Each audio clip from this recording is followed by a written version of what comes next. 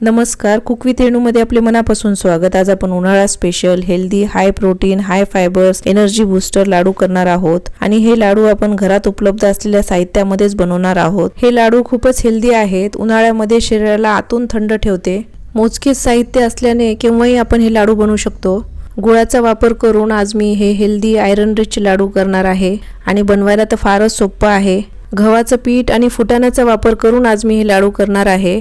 हे लाडू खाल्ल्याने उन्हाळ्यात इन्स्टंट एनर्जी तर मिळतेच, शिवाय हाय फायबर्स असल्याने पोटही भरल्यासारखेच राहील, भूकही लवकर लागणार नाही। चला तर आपण हे हेल्दी लाडू कसे बनवायचे ते पाहूया। या लाडूकरिता मी फुटाण्याचा वापर करणार आहे। जर फुटाणे तुमच्याकडे नसले तर दालव्याचा तुम्ही वापर करू शकता। फुटाणे शरीराला थंड ठेवण्यास मदत करते आणि इन्स्टंट एनर्जी सुद्धा देते आणि यामध्ये प्रोटीन आयरन कॅल्शियम फायबर्स भरपूर आहेत। आणि बघा, मी होईल तेवढी वरची साल काढून घेतलेली आहे आणि आता मिक्सरला मी एकदा हे फिरून घेते। एक दोनदा मी हे पल्स करून घेतलेलं आहे आणि खूप फाईन मी वाटलेलं नाहीये, थोडंसं जाडसरच आहे।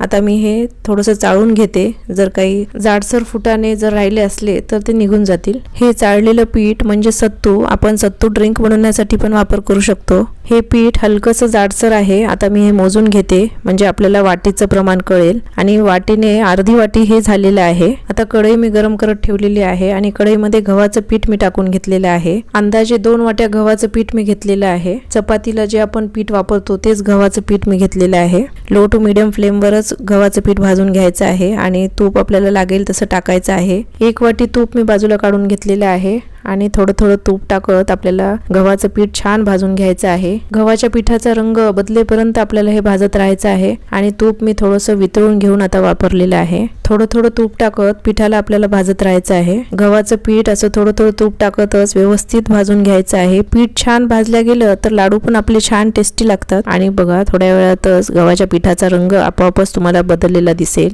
गव्हाचं पीठ भाजताना हाय गॅस आपल्याला अजिबात करायचा नाही, अगदी मंद आचेवरच आपण हे पीठ भाजून घ्यायचं आहे आणि लागेल तसं थोडं थोडं तूप मी टाकत आहे आणि छान आपल्याला लालसर कलर करून घ्यायचा आहे। गव्हाच्या पिठाचा रंग बघा, छान असं लालसर होईपर्यंत मी हे भाजून घेतलेलं आहे, तुम्ही रंग पाहू शकता। आता मी फुटाण्याचं पीठ टाकून घेतलेलं आहे जे आपण वाटून आता घेतलं होतं आणि आता हे फुटाण्याचं पीठ आपण चांगलं परतून घ्यायचं आहे आणि हे भाजलेलेच असतात तरी सुद्धा आपण थोडंसं परतून घेऊया, काही मॉइश्चर जर असेल तर ते निघून जाण्याकरिता। आणि थोडंसं तूप देखील मी टाकलेलं आहे भाजते वेळी आणि थोडा वेळ 1-2 मिनिटं मी आता हे परतून घेतलेलं आहे। बघा, असं छान कलर बदललेला आहे। आता आपण गॅस बंद करून घेऊया आणि हे थोडंसं थंड करून घेऊया। ताटामध्ये मी पीठ आता थोडंसं थंड करून घेते, तोपर्यंत मी लाडूसाठी ड्रायफ्रुट्स कट करून घेते। थोडेसे काजू बदाम आणि मनुके घेतलेले आहेत। 2.5 वाटी पीठ होतं आपलं, त्यासाठी मी 1.25 वाटी गूळ घेतलेला आहे। आता कढईमध्ये मी आधी ड्रायफ्रुट्स थोडंसं तुपावर परतून घेते आणि नंतर मग आपण गूळ वितळून घेऊया।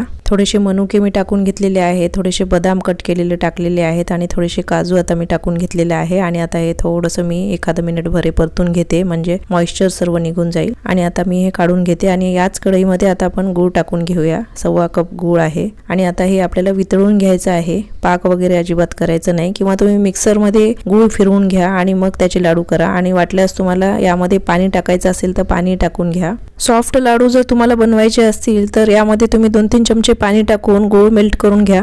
गूळ विरघळल्यानंतर गॅस मी बंद करून घेतलेला आहे आणि आता आपण भाजून ठेवलेलं जे पीठ आहे ते मी टाकून घेतलेलं आहे आणि आता मिक्स करून घ्यायचं आहे। आणि मिश्रण फार गरम आहे त्यामुळे आत्ताच आपल्याला लाडू करता येणार नाही, थोडंसं आपण हे थंड होऊ देऊया। गूळ मेल्ट न करता जर तुम्हाला लाडू बनवायचे असतील तर गूळ आणि भाजलेलं पीठ मिक्सरला फिरून घ्या। आता मी ड्रायफ्रुट्स जे आपण तळून ठेवले होते ते टाकून घेतलेले आहे आणि वेलची पूड टाकून घेतलेलं आहे आणि आता हे आपण व्यवस्थित मिक्स करून घेऊया आणि थोडंसं आपण 1-2 मिनिटं वाट पाहूया।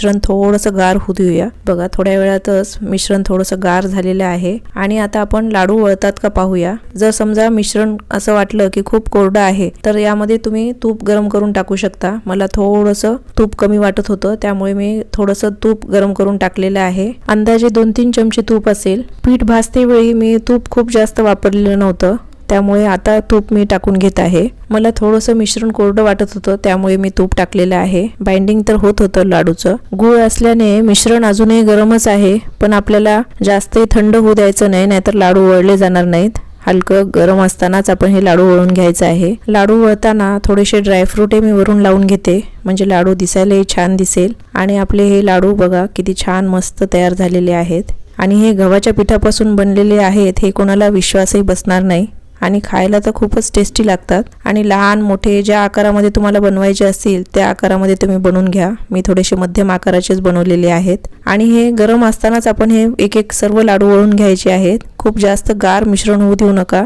मिश्रण खूप कोरडं वाटत असेल तर तूप गरम करून टाका आणि लाडू वळले जात नसतील तर मिक्सरला थोडंसं फिरवून घ्या, लाडू मग वळले जातील।